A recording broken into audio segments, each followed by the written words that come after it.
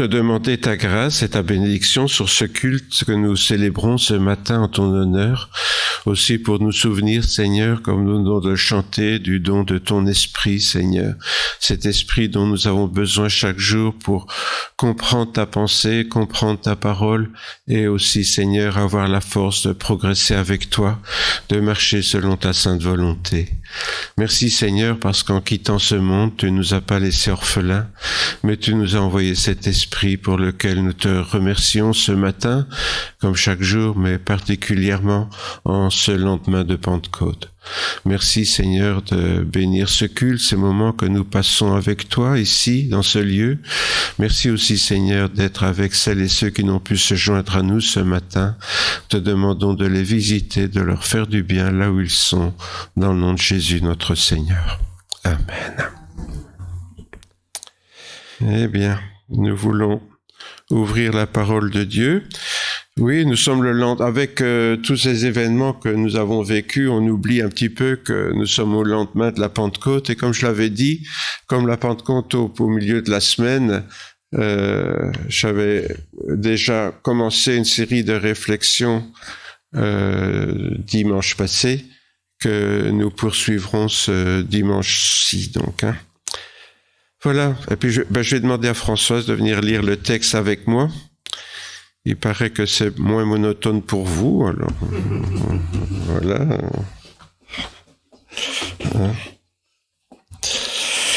Bien, mais nous voulons lire un texte qui est bien connu dans les Actes des Apôtres. Donc c'est après l'ascension de Jésus qui précède juste ce texte ici. Les apôtres ont vu le Seigneur donc être enlevé dans le ciel. Et alors, la suite apparaît ici, donc dans les Actes des Apôtres, à partir du chapitre 12 et les versets suivants.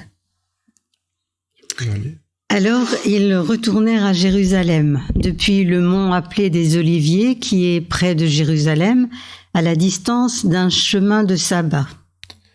Quand ils furent entrés, ils montèrent dans la chambre haute où ils se tenaient d'ordinaire. C'étaient Pierre, Jean, Jacques et André, Philippe et Thomas, Barthélemy et Matthieu, Jacques, fils d'Alphée, Simon le Zélote, et Jude, fils de Jacques. Tous, d'un commun accord, persévéraient dans la prière avec les femmes, avec Marie, mère de Jésus, et avec ses frères.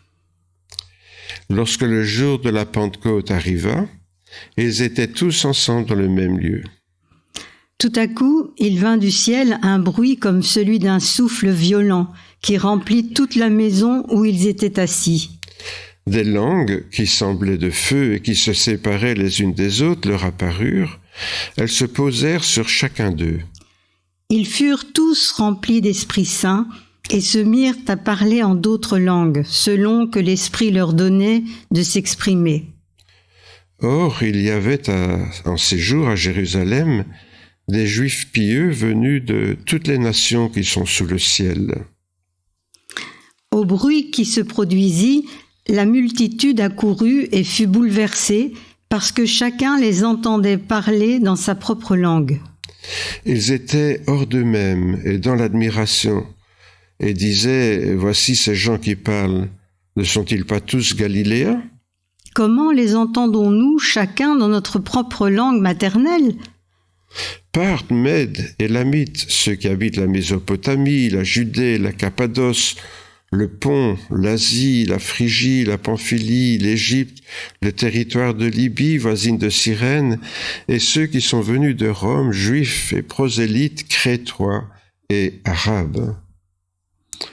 Nous les entendons parler dans nos langues des merveilles de Dieu. Tous étaient hors d'eux-mêmes et perplexes, et ils se disaient les uns aux autres « Mais que veut dire ceci ?» Mais d'autres se moquaient et disaient « Ils sont pleins de vin doux ». Alors Pierre, debout avec les 11, éleva la voix et s'exprima en ces termes. « Vous, Juifs, et vous tous qui séjournez à Jérusalem, sachez ceci et prêtez l'oreille à mes paroles. Ces gens ne sont pas ivres comme vous le supposez, car c'est la 3e heure du jour. Mais c'est ce qui était dit par le prophète Joël. « Dans les derniers jours, dit Dieu, je répandrai de mon esprit sur toute chair. Vos fils et vos filles prophétiseront. Vos jeunes gens auront des visions, et vos vieillards auront des songes. » Oui, sur mes serviteurs et sur mes servantes dans ces jours-là, je répandrai de mon esprit et ils prophétiseront. Voilà, merci. Voilà donc la lecture de ce texte que nous trouvons dans les Actes des Apôtres qui nous rappelle donc le jour de la Pentecôte. Voilà, je me réinstalle, pardon.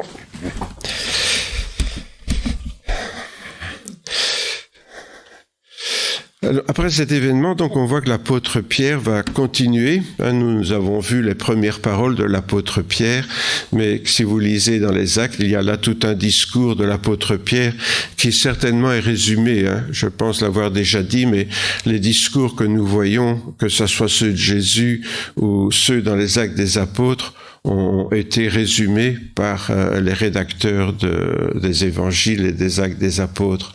Donc, il ne faut pas s'étonner parfois de voir que quelque chose qui a duré peut-être plusieurs heures, on le lit en quelques minutes, nous autres. Mais donc, l'apôtre Paul va poursuivre son discours en exhortant tous ceux qui sont là, attirés par le bruit, et il va les exhorter à se convertir au nom de Jésus-Christ par la repentance et le baptême. Et c'est là que aussi, en ce jour, 3000 personnes vont se convertir à Jésus-Christ, en ce jour de Pentecôte. 3000 personnes, c'est énorme quand même. Je dirais que Jésus n'a jamais eu un tel succès. On a du mal à réaliser, mais si on regarde qui était au pied de la croix quand Jésus était crucifié, il y avait plus grand monde. Mais là, en ce jour-là, 3000 personnes se sont données à Jésus. Et c'est pour cela que l'on considère la Pentecôte comme le début de l'Église chrétienne. S'il fallait marquer une date pour le début de l'Église chrétienne, eh bien c'est cette Pentecôte-là, dont nous ne connaissons pas l'année exacte, on suppose que c'est vers l'an 30 de notre ère qu'elle a eu lieu. Alors, le début de l'Église chrétienne, ce n'est pas tout à fait un hasard en ce jour-là, parce que c'est très symbolique, parce que la Pentecôte, chez les Juifs, était la fête de la moisson. Or ici, c'est la première moisson des âmes, où on pourrait dire, si on se rappelle la parole de Jésus à ses disciples, je vous ferai pêcheurs d'hommes, et puis les pêches miraculeuses qui se sont produites de façon un peu symbolique lorsque Jésus était encore là, eh bien c'est vraiment une moisson qui ramène, des poissons plein le filet ou bien des gerbes de blé en abondance que l'on rend dans le grenier. Et donc, c'est aussi pour le peuple juif ce jour-là que il y avait des grandes fêtes à Jérusalem, et notamment on apportait les premières gerbes d'orge. Vous savez, en Israël comme ici, l'orge mûrit avant le blé. Si vous vous promenez dans les champs maintenant, vous verrez des champs qui sont déjà tout jaunis. C'est l'orge. Le blé, lui, n'est pas encore arrivé, il est encore vert. Mais donc les premières gerbes d'orge, on les amenait au temple. Pourquoi ? Pour remercier Dieu pour la récolte. Parce que vous savez que, et c'était très symbolique aussi, dans la loi d'Israël, tous les premiers fruits appartiennent à Dieu, y compris les enfants. C'est pour cela que le premier fils qui naît dans une famille, il devait être racheté. C'est pour ça que, par exemple, quand Jésus est né, on est venu porter 2 colombes au temple, ses parents, et c'était le rachat du premier-né, ça. Donc, normalement, le premier-né appartenait à Dieu, mais on ne le sacrifiait pas. On sacrifiait un agneau, ou alors ceux qui n'étaient pas riches, 2 colombes en signe de rachat. Et donc, c'était valable pour tout, pour les récoltes, pour tout. Tout ce qu'on récoltait en premier, ça appartenait à Dieu. Et donc, les Juifs, ce jour de la Pentecôte, apportaient les premières gerbes au temple, et il y avait aussi toutes des ablutions avec l'eau qu'on allait chercher dans la source de Guillaume, qui était la source qui alimentait Jérusalem. Et donc, c'était vraiment des grandes cérémonies, si bien que ça explique que des gens, comme on vient de le lire, étaient venus de tous les pays environnants pour célébrer la fête à Jérusalem. Donc c'était un jour où on trouvait plus une chambre à louer dans Jérusalem. Hein. Tout était bondé avec tous ces gens qui venaient. Quand on dit de toutes les nations qui sont sur le monde, dit la Bible, parce que le monde à l'époque, c'était comment dirais-je, l'Empire romain. Hein. C'est pas le monde. L'Australie n'était pas représentée ni le Congo. Hein. Vous voyez, c'était vraiment l'Empire romain. Et comme son nom l'indique, la Pentecôte juive, donc, parce que le mot Pentecôte, le mot le mot Pentecôte que nous utilisons, nous autres, vient du grec, et c'est le Pentecôte, c'est le 50 en grec. Hein, donc, 50 jours. 50 jours après quoi? Après la Pâque. La Pâque juive. Alors là, il y a un petit décalage pour nous, parce que les chrétiens ont perpétué aussi la Pentecôte 50 jours après Pâques, mais les deux Pâques ne s'écrivent pas de la même façon. Hein. La Pâque juive, c'est au singulier, et les chrétiens, ils célèbrent leur Pâques au pluriel. Hein. Bon, c'est la tradition qu'il a voulu comme ça. Mais ces deux fêtes de Pâques ne tombent pas exactement en même temps. En principe, la première Pâque chrétienne et la première Pentecôte chrétienne tombaient en même temps que celle des Juifs. Mais par la suite, le calendrier des chrétiens a changé, si bien qu'il y a un décalage avec les Juifs. Nous, on suit un calendrier solaire, et les Hébreux suivent un calendrier lunaire de 28 jours, des cycles de 28 jours, donc il y a un décalage. Et donc, encore aujourd'hui, les Juifs ont leur fête de Pâques et leur fête de Pentecôte, mais ça ne tombe pas en même temps que nous. Voilà. Mais nous avons donc toujours la fête de Pentecôte, donc 50 jours après Pâques. Alors, si la Pâque juive commémorait la délivrance du joug égyptien, vous savez que la première Pâque des Juifs, c'était l'agneau qui a été sacrifié, dont on a mis le sang sur le linteau des portes. Et l'ange exterminateur qui est venu tuer tous les premiers-nés d'Égypte passait au-dessus des maisons où il y avait le sang sur les portes. D'où le mot « passa » en hébreu, c'est « passer au-dessus ». Le mot « Pâques » en fait vient de l'hébreu « passer au-dessus ». Certains ont aussi ajouté la traversée de la mer Rouge comme signification, mais la signification première, donc c'est ça, c'est là où il y avait le sang protecteur de l'agneau. L'ange passait au-dessus de la maison et donc les premiers-nés des Hébreux n'ont pas été morts, tandis que les premiers-nés des Égyptiens sont morts dans cette nuit redoutable. Et ça, ce fut la première Pâque. Et là, tout naturellement, pour les chrétiens, il y a eu un report de cette symbolique de la fête juive sur la fête chrétienne, puisque nous célébrons le sacrifice de Jésus, dont le sang couvre nos péchés et fait que, au lieu d'être condamnés à l'enfer pour l'éternité, la condamnation de Dieu passe au-dessus de nous, parce que nous sommes couverts par le sang de Jésus. Donc il y a vraiment cette symbolique entre la Pâque chrétienne et la résurrection de Jésus, bien sûr, et la Pâque juive. Maintenant, la fête de la Pentecôte, au début, j'ai dit c'est la fête de la moisson. Ça, c'est venu un peu plus tard. Au départ, la fête de la Pentecôte, et encore aujourd'hui, dans les milieux juifs, elle célèbre le don de la Torah à Moïse sur le mont Sinaï. Donc, traditionnellement, vous savez que quand Moïse est monté sur le mont Sinaï et que Dieu lui a donné les 10 commandements, les 2 tables de pierre avec les 10 commandements, eh bien, pour les Juifs, traditionnellement, c'est 50 jours après leur sortie d'Égypte, puisqu'ils sont sortis dans la nuit de la Pâque en Égypte. Donc 50 jours après, Moïse a reçu les tables de la loi. Et donc, pour les Juifs, la signification, en dehors de remercier Dieu pour les moissons, a une signification beaucoup plus spirituelle, puisque pour eux, c'est le don de la Torah, le don de la loi à Moïse, tel qu'il l'a reçu sur le mont Sinaï. Ce n'est qu'après donc la conquête de Canaan que leur installation dans la terre promise, qu'ils ont commencé à cultiver là, et que c'est devenu en même temps aussi la fête de la moisson. Pour les chrétiens, la Pentecôte est donc comme un nouveau Sinaï en quelque sorte, puisqu'à travers cette fête, Dieu veut nous donner un second souffle au regard de sa parole. Pourquoi ? Parce que désormais, cette parole de Dieu, elle sera inscrite dans nos cœurs plutôt que sur des tables de pierre.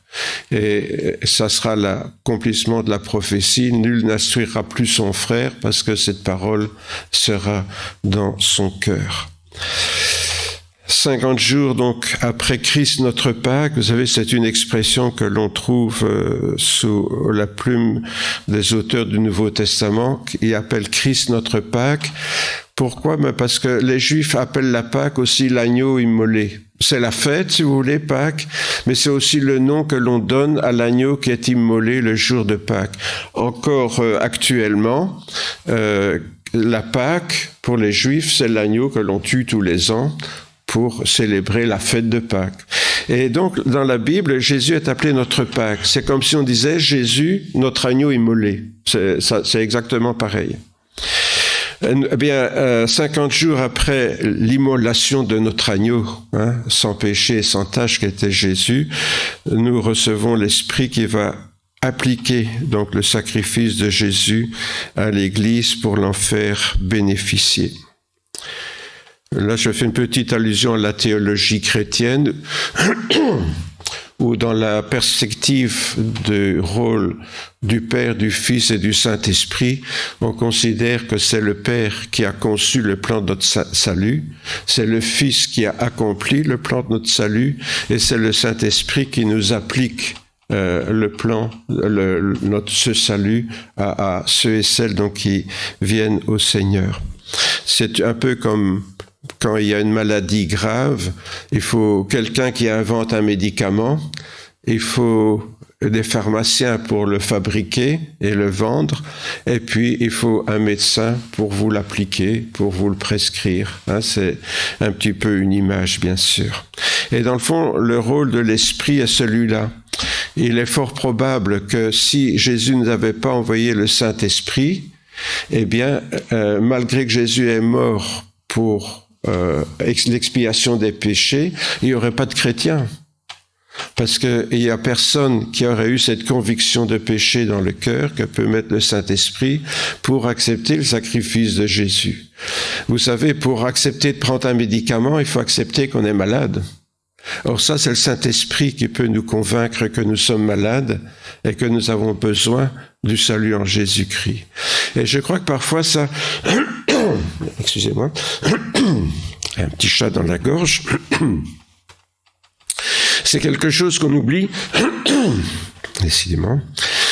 C'est quelque chose qu'on oublie, c'est que l'importance du don du Saint-Esprit. Nous, on voit l'importance que Jésus soit mort pour nos péchés, mais ça n'aurait servi à rien si Dieu n'avait pas envoyé son Saint-Esprit pour nous faire comprendre qu'on en a besoin et pour pouvoir le recevoir. Donc, ce don du Saint-Esprit à la Pentecôte est vraiment quelque chose de fondamental. C'est vraiment le souffle de l'Esprit qui va se répandre sur les auditeurs qui sont là le jour de la Pentecôte à écouter Pierre annoncer le salut en Jésus-Christ. Autrement dit, la Pentecôte, c'est l'accomplissement de la promesse que Jésus avait faite d'envoyer le Saint-Esprit à ses disciples pour en faire ses témoins dans le monde. Jésus avait dit, vous recevrez une puissance, celle du Saint-Esprit survenant sur vous, et vous serez mes témoins à Jérusalem, dans la Judée, dans la Samarie et jusqu'aux extrémités de la terre.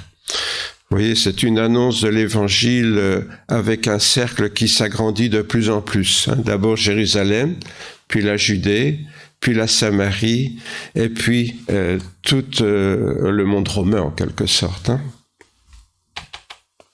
Alors quand on considère le résultat de la prédication de Pierre, on constate que cette puissance pour témoigner du Christ s'est vraiment manifestée. À partir de la Pentecôte, là on voit vraiment un changement, non seulement dans le comportement des apôtres, mais dans la puissance de Dieu qui accompagne leurs paroles. Parce qu'on peut dire une chose, mais si cette parole n'est pas portée par l'Esprit Saint, elle a peu de chance de porter du fruit. Désormais, donc, la loi de Dieu ne sera plus gravée dans la pierre, mais elle le sera vraiment dans les cœurs. Et ça, c'est vraiment une grande différence avec le don de la Torah sur le mont Sinaï. Là, la loi était gravée dans la pierre. C'était quelque chose de dur. Ici, c'est quelque chose qui vient dans le cœur de ceux qui la reçoivent. Quand le consolateur sera venu, il convaincra le monde de péché, de justice et de jugement. De péché parce qu'il ne croit pas en moi, de justice parce que je vais vers le Père et que vous ne me verrez plus, de jugement parce que le prince de ce monde, donc Satan, est jugé. Vous voyez ce que je vous disais à un instant, le Saint-Esprit, c'est lui qui convainc le monde de péché, de justice et de jugement. De péché, dit Jésus, parce qu'il ne croit pas en moi. Ça veut dire que Jésus serait venu mourir sur la croix, mais si les gens ne croient pas en lui, sa mort, ça aurait été inutile si le Saint-Esprit n'était pas là pour donner vraiment cette conviction de péché. Et on voit ça lorsque l'apôtre Pierre, le jour de la Pentecôte, annonce l'évangile et explique que Jésus est mort et puis qu'ils l'ont condamné à mort, eux qui sont là, peut-être la plupart, ou qui étaient déjà là à Pâques. Et les gens sont désespérés. Ils disent, mais qu'est-ce qu'on doit faire alors? Vous voyez, la prédication crée un sentiment de désespoir dans un premier temps dans le cœur des gens parce qu'ils se rendent compte qu'ils ont fait une grosse boulette et qu'ils ne savent pas comment la réparer. Et cette conviction de péché, elle est indispensable pour pouvoir devenir chrétien. Sinon, pourquoi accepter un sauveur si on n'est pas perdu? La conviction de péché, la certitude donc d'avoir nos péchés pardonnés à travers le sacrifice de Jésus, c'est vraiment le fruit de l'action du Saint-Esprit dans les cœurs. Et lorsque vraiment le Saint-Esprit vient en nous et nous applique ce pardon des péchés au plus profond de notre être, alors on voit une grande joie se manifester. Et c'est assez extraordinaire, mais il y a des conversions comme ça où vraiment les gens, lorsqu'ils ont accepté Jésus, ils explosent de joie parce qu'ils reçoivent vraiment cette joie du pardon des péchés au plus profond de leur être. D'autre part, on voit qu'avant la Pentecôte, les disciples restaient cloîtrés entre eux et qu'après ils sont sortis pour partager leur foi avec tous. Jésus avait dit, vous recevrez une puissance du Saint-Esprit et vous serez mes témoins. Avant la Pentecôte, on l'a vu, ils sont entre eux et ils prient le Seigneur entre eux. Ils sont bien, ils sont au chaud. Ils sont entre eux dans la chambre haute, entre disciples du Seigneur, avec la maman de Jésus, avec les frères de Jésus. Ils sont bien entre eux. Vous voyez ? Mais Jésus n'appelle pas les chrétiens à se faire du bien entre eux. Il nous appelle à être ses témoins, c'est-à-dire à partager la bonne nouvelle avec le monde entier. Et c'est ce qui fait aussi une des caractéristiques de la Pentecôte, c'est le fait que les disciples sont sortis de leur mur. Et lorsqu'ils sortent de leur mur, on voit que les gens de toutes les nations entendent parler des merveilles de Dieu, chacun dans sa langue. C'est intéressant aussi ce petit détail que Luc nous rapporte à propos de la Pentecôte, c'est que lorsque les disciples sont sortis parler dans toutes sortes de langues, les gens comprenaient ce qu'ils disaient, parce que chacun les entendait dans sa langue. Il y avait des gens de toutes les nations là, mais ce que les apôtres disaient, des merveilles de Dieu, c'était dans des langues réelles. C'était pas des sons incohérents, c'était des langues. Je sais pas, le romain, ça peut être, on a eu la liste tout à l'heure, le grec, le crétois, l'assyrien, enfin toutes ces langues de l'époque. Et donc ce n'est pas un charabia incompréhensible que les apôtres émettent, comme parfois on entend aujourd'hui des gens qui disent parler en langue. C'est pas une langue, c'est un charabia. En fait, quand le Saint-Esprit donne à quelqu'un de parler en langue, il parle une langue. Sinon, c'est pas une langue. Le mot le dit d'ailleurs. Une langue, c'est quelque chose qui existe et que certaines personnes qui connaissent cette langue peuvent comprendre. Bien sûr, si un apôtre parlait en grec et qu'il y avait là des gens qui comprenaient pas le grec, ils comprenaient pas ce que l'apôtre disait. Mais si cette même personne parlait le latin et qu'un autre apôtre parlait en latin, alors ils comprenaient. Vous voyez, donc chacun était ébahi parce qu'ils disent mais ces gens-là, ils viennent tous de Galilée, comment que ça se fait qu'ils nous parlent dans notre langue? Si bien qu'on a considéré que cette fête de la Pentecôte était en quelque sorte un anti-Babel. À Babel, il y a une confusion des langues, alors là, ils se comprenaient plus. Oui. C'était. Mais ce que tu dis, c'est du charabia pour moi là. Parle français, oui, mais non, mais il parlait plus français l'autre. Donc ça, c'est le contraire de ce qui s'est passé à Babel avec le jugement de Dieu. Et donc il y a si vous voulez, c'est intéressant ce parallèle avec Babel et cette multiplication des langues à la Pentecôte, parce que en fait, ce qui était une malédiction à Babel est devenu une bénédiction le jour de la Pentecôte. C'est pour ça qu'on dit un anti-Babel.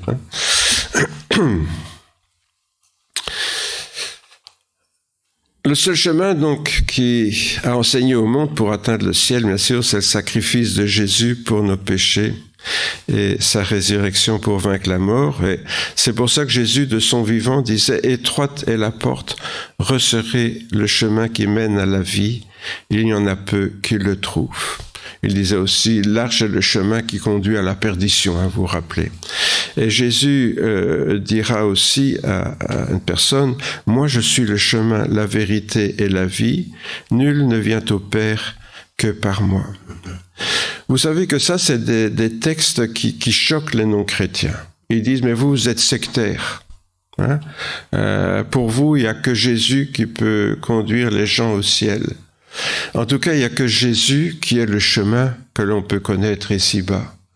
Maintenant, comment Dieu jugera les gens, on n'en sait rien.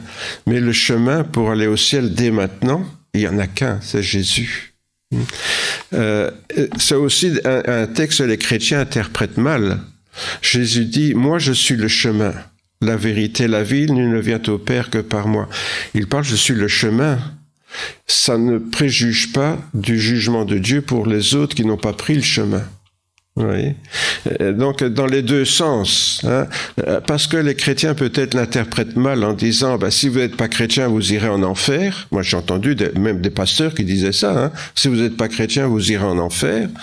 Je vois pas ça dans la Bible. Par contre je vois que si on veut aller au Christ, au Père, il y a qu'un chemin, c'est Jésus. Maintenant le jugement de Dieu après c'est lui le juge, c'est pas nous. Donc, ne mélangeons pas le chemin et le ciel. Moi, je suis le chemin, dira Jésus, la vérité et la vie, nul ne vient au Père que par moi. Et on oublie souvent aussi que le salut, c'est pas pour plus tard, c'est pour maintenant. Être chrétien, c'est pour maintenant. Pour vivre avec le Seigneur maintenant, pour avoir le Saint-Esprit dans notre cœur maintenant, pour avoir son soutien, être porté par le Saint-Esprit maintenant. Oui. Et je crois qu'il ne faut pas voir le salut seulement comme quelque chose pour quand on sera mort, mais le salut c'est pour tout de suite, d'avoir cette relation avec Dieu maintenant. Et ça, bien sûr, les non-chrétiens ne l'ont pas. Oui, ça, c'est clair que les non-chrétiens n'ont pas cette relation avec Jésus maintenant. Mais plus tard, à la fin du monde, il nous a dit que Dieu exercera ce jugement. Et c'est à lui, bien sûr, de savoir. L'apôtre Paul suggère que certaines personnes seront jugées selon leurs œuvres. Bon, voilà, on ne sait pas plus. Dans cette époque où chacun donc prétend détenir la vérité, le monde a vraiment besoin de s'ouvrir à l'action de l'Esprit pour connaître cette seule vérité. Ici-bas, il est clair qu'il n'y a qu'une seule vérité. C'est là l'ambiguïté de beaucoup de gens maintenant qui disent « oui, mais quelles que soient les croyances, le résultat sera le même, quoi. » Non, justement, parce que il n'y a que la foi chrétienne, comme je viens de le dire, qui nous donne d'être en relation avec Jésus et avec le Père dès maintenant. Et c'est pas du tout la même chose. Toutes les religions ne permettent pas cela. Il y en a qu'une, bien sûr, c'est la foi chrétienne. L'action du Saint-Esprit donc commence d'abord parmi les chrétiens, nous donc, qui sommes comme les apôtres avant la Pentecôte. Il faut reconnaître que parfois on est un peu enfermé derrière les portes de nos églises, repliés sur nous-mêmes, parfois même avec un peu de peur de trop dire qu'on est chrétien. Pourquoi ? Parce qu'on est confronté à un monde qui est indifférent et hostile et qui devient de plus en plus hostile à la foi chrétienne. On s'en rend compte. Il y a quelques dizaines d'années en arrière, les gens n'étaient pas hostiles à la foi chrétienne comme ils le sont aujourd'hui. Aujourd'hui, il y a vraiment une hostilité grandissante envers les chrétiens. On se rend compte que beaucoup de gens n'oseraient pas faire aux musulmans, par exemple, ce qu'ils font aux chrétiens, ni dire à des musulmans ce qu'ils disent aux chrétiens, se moquer des musulmans comme ils se moquent des chrétiens. Vous voyez, il est certain que les chrétiens aujourd'hui, je ne vais pas dire qu'on est persécutés, mais il y a une hostilité latente que l'on ressent, qui se traduit par l'ironie, la moquerie ou parfois des paroles agressives. Dès lors, on a vraiment besoin de la force que nous donne le Saint-Esprit pour répondre à notre vocation de témoin dans le monde. Sans le Saint-Esprit, on est complètement désarmé pour sortir de nos murs et être les témoins que Jésus attend de nous. C'est pour ça, lorsque Jésus est apparu à ses disciples, vous savez, après sa résurrection, il leur dit à plusieurs reprises « Que la paix soit avec vous, comme le Père m'a envoyé, moi aussi je vous envoie. » Dieu avait envoyé son Fils dans le monde pour sauver le monde, et maintenant nous sommes appelés à prolonger le travail du Seigneur. Et c'est là que parfois il y a un malentendu, nous demandons à Dieu de faire le travail que Dieu nous demande de faire. Et c'est ce que j'appelle jouer au ping-pong, ça. On prie Dieu sincèrement dans nos prières de faire certaines choses. On prie pour le monde perdu, mais le Seigneur nous demande d'être des témoins auprès de ce monde perdu. Alors comprenons bien, quand Jésus nous envoie annoncer l'Évangile, c'est pas nécessairement pour répéter un message appris par cœur. Nous, on croit parfois qu'annoncer l'Évangile, c'est faire du prêchi-prêcha. D'aller essayer de dire aux gens, oui, vous savez, vous êtes des pécheurs, mais vous tracassez pas, Jésus est mort pour vous, si vous vous repentez, vous serez pardonnés. C'est pas ça, évangéliser. Ça peut être ça, quand les gens nous posent des questions, mais évangéliser, c'est pas forcément aller faire ce qu'on peut appeler du prêchi-prêcha. L'Esprit Saint est là pour nous faire rejoindre Jésus dans ce qu'il vit, c'est-à-dire, on doit devenir comme Jésus. L'évangélisation, ça commence par ça, qu'il y ait de l'amour qui se manifeste dans nos vies à l'égard de notre Père Céleste et à l'égard de notre prochain. C'est quand nous avons un comportement qui est comme celui de Jésus que nous pouvons vraiment commencer alors à répondre à certaines questions et à pouvoir expliquer peut-être davantage pourquoi nous sommes comme ça et pourquoi nous avons une vie peut-être différente de certaines autres personnes. Alors cela peut paraître impossible, avoir une vie tellement ressemblante à Jésus que les gens sont interpellés. Je ne sais pas vous ce que vous en pensez, mais c'est quand même un sacré défi. Quand nous voyons vivre, les gens se disent « Tiens, toi, tu as quelque chose que je n'ai pas. » Ça commence souvent, j'ai remarqué, « Comment que ça se fait? Toi, tu n'as pas de problème, tu as toujours l'air content. » Voilà. Ça commence comme ça souvent. Alors que les gens savent bien qu'on a des problèmes. Hein? Parce qu'on est comme eux, on a des problèmes de fin de mois, on a des problèmes parfois de couple, on a des problèmes avec nos enfants, on a tous des problèmes. Mais on est confiant. On est confiant. Et ça ne nous empêche pas d'aimer les gens, d'aimer le monde. Ça nous empêche plutôt d'être aigris et d'en vouloir au monde entier, d'être revendicateurs, d'être... Hein, voilà. Et donc, il y a en nous quelque chose qui tranche un petit peu avec le monde dans lequel nous sommes. Et je dirais que d'être un témoin, ça commence là. Et pas forcément de prêcher. Vous voyez, on commence à être un témoin en ressemblant de plus en plus comme Jésus. Et qu'est-ce qui va nous aider à devenir semblable à Jésus? C'est l'Esprit Saint, bien sûr. C'est lui qui va transformer, changer notre cœur. Et vous savez, il y a un petit cantique que nous chantons, c'est « Change mon cœur, Seigneur, hein, purifie-moi ». Ben c'est ça. On le chante, mais est-ce que nous sommes prêts à laisser vraiment le Saint-Esprit changer notre cœur? Alors il y a parfois des défis comme ça que Jésus dit, parce que les apôtres lui disent, mais Seigneur, ça c'est pas possible, quoi. C'est trop difficile. Et Jésus leur dit, mais à vous c'est impossible, mais à Dieu rien n'est impossible. Et il leur donne l'exemple de faire passer un chameau par le trou d'une aiguille. Ben, c'est vrai qu'à vue humaine, c'est complètement impossible, mais Dieu est capable de faire l'impossible. Jésus les regarda et dit, aux hommes, cela est impossible, mais à Dieu, tout est possible. Alors, j'ai envie de vous demander, mais quelle est notre échelle de référence du possible et du pas possible? Est-ce que pour nous, nous regardons ce qui est possible ou pas possible à vue humaine, comme tous les gens autour de nous? Hein? Il y a des choses, oui, ça c'est possible, mais pas possible. Hein? Que Jésus ait mis au monde un bébé sans connaître d'homme, c'est pas possible. Ouais.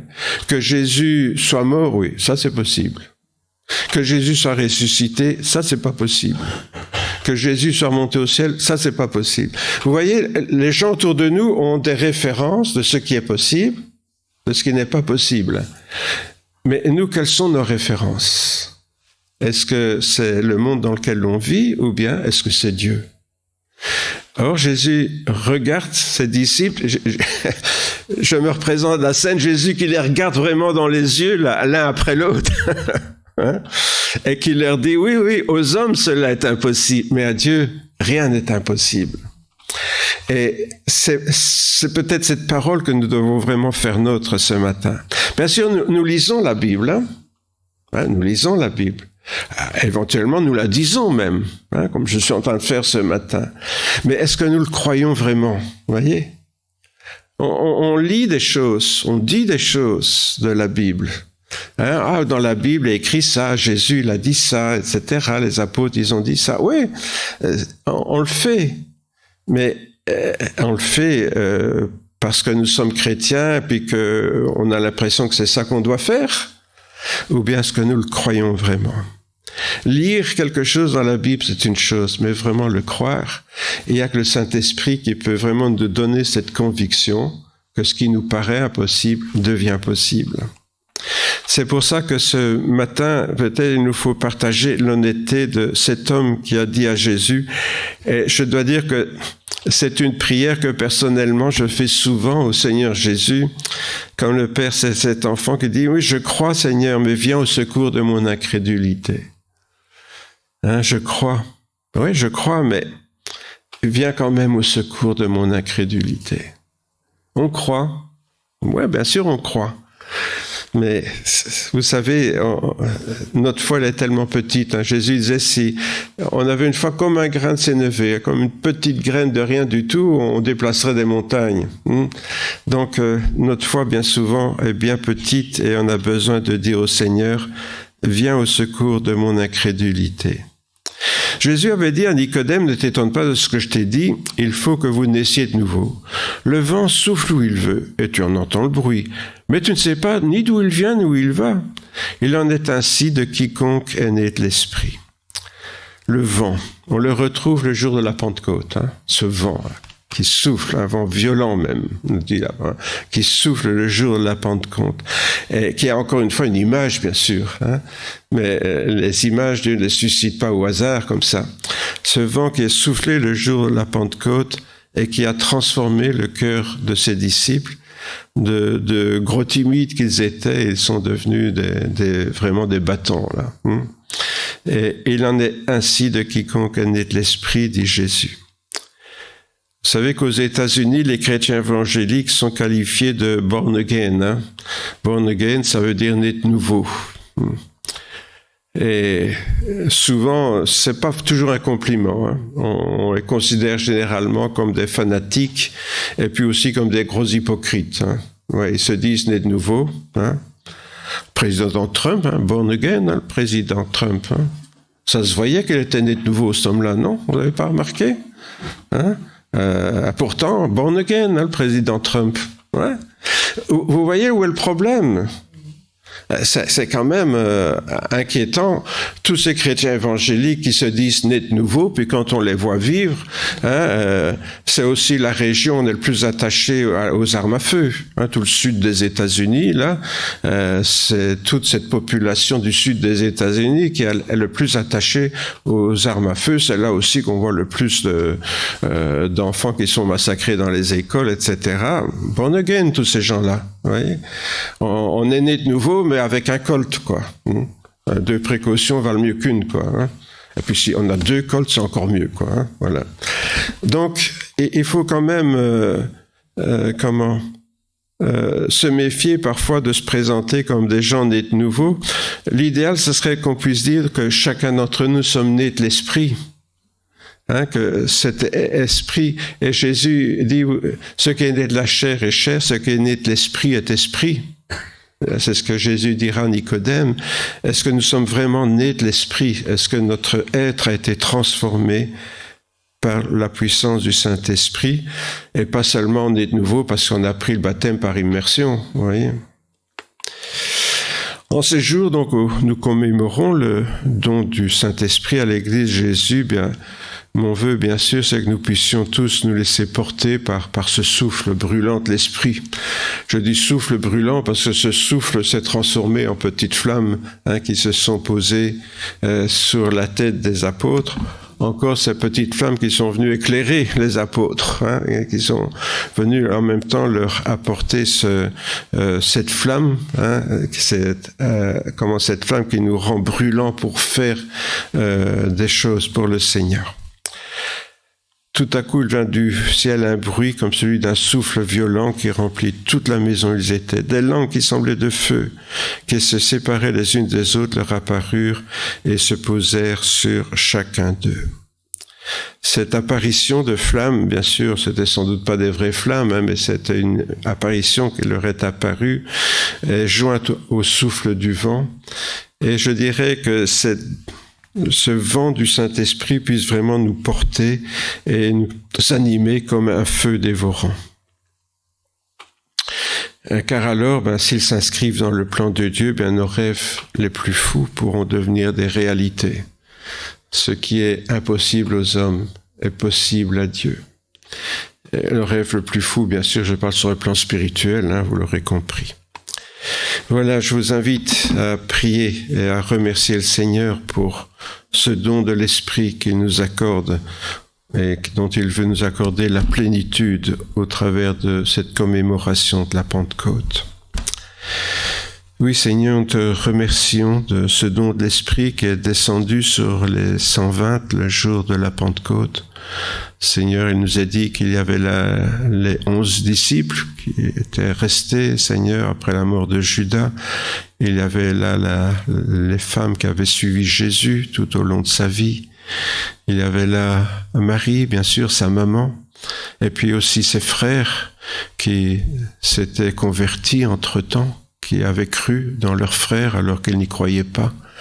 Seigneur, tous ces disciples qui étaient là un peu tremblants, ne sachant que faire, ont été remplis d'un feu brûlant et ils sont sortis proclamer, Seigneur, la victoire de la croix, le sang qui purifie du péché, la gloire, Seigneur, qui nous attend. Merci, Seigneur, parce que au travers de la Pentecôte que tu répands sur ton Église, aujourd'hui encore, tu veux transformer nos cœurs et faire de nous des témoins brûlants pour toi. Seigneur, que tu puisses vraiment transformer, changer nos vies. C'est la grâce que nous te demandons, Seigneur. Quand nous voyons vivre, les gens puissent dire, oui, cette personne, elle a quelque chose que je n'ai pas, et j'ai envie de savoir quoi, parce que moi aussi, je voudrais avoir ça. Seigneur, que nous puissions être des témoins vivants pour toi. C'est la grâce que te demandons ce matin dans le nom de Jésus, ton Fils bien-aimé. Amen.